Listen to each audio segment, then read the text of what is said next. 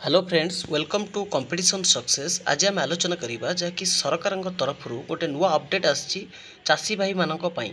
तो ये अपडेट कौन अच्छी पूरा डिटेल भाव में मुझे बुझेबी। ता पूर्व आपण मानक छोटिया रिक्वेस्ट आप फास्ट टू लास्ट पर्यंत देखिए भिडियोटी को सबकि आपने जानीपर।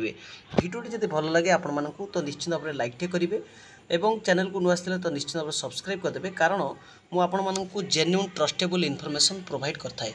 तो देखंतु एई आर्टिकल कौन लिखा अच्छी सबु चाषींकर हेबो केवाईसी नकली चाषी को चिन्हट पाई सरकार प्लान तामाने समस्तंकर हम कौन ना केवाईसी सबु चाषींकर हेबो केवाईसी आर कारण कौन रही ना बहुत सारा ओडिशा रे जहाँकि अनेक नकली चाषी अच्छा से चाषी भाई मानक पई जहाँ कि आसूची से माने फायदा हासिल करुँच। तो से सरकार तरफ गोटे नुआ पदक्षेप नि देखो नकली चाषी को चिन्हट करने को ये केवाईसी करेंगे सरकार। चलित मास देखूँ 19 तारिख रु पंजीकरण आरंभ होती एवं अगस्ट 20 पर्यंत ये पंजीकरण चलो।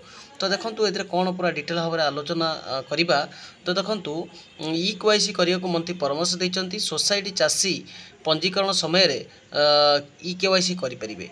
अनेक नकली चाषी सरकारी सुविधा नेउथिबार नजर को आसिया परे विभाग एपरी पदक्षेप नहीं तामाने दलाली रोकवा को विभाग एपरी पदक्षेप नहीं जहाँकि कहुई जो जहाँ कि आसला चाषी भाई मानक पई सबू यही माने ही खाई जाउछंती नहीं जाउछंती। तो सेथि लगी सरकार कौन कले ना एको रोकिया गोटे ई केवाईसी पदक्षेप नहीं क्लीयरली बुझेगा। तो देखो विभिन्न स्थान में समस्या उपजिबा परे चाषी पंजीकरण को सरलीकरण कले राज्य सरकार। बापा कि जेजे बापा नाम जमी थिले पुओ माने करी पारिबे पंजीकरण जो पुओ जेते जमी चाष करुथिबे सेतिक जमीर पंजीकरण करेंगे।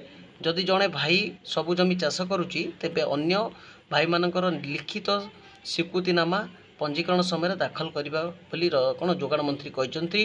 तो देखो गोटे कथा हूँ जदि जी जी चाष करेंगे से माने कौन पूरा सब प्रमाण पत्र पंजीकरण समय दबाक पड़ो। तो यह आपण सबकि माने इंपोर्टेंट अपडेट जब भल लगी था तो निश्चित भाव में लाइक करेंगे चैनल को न तो सब्सक्राइब करदे किपर भाव पंजीकरण करते नेक्स्ट वीडियो आपको जनइबी। रही नमस्कार जय जगन्नाथ।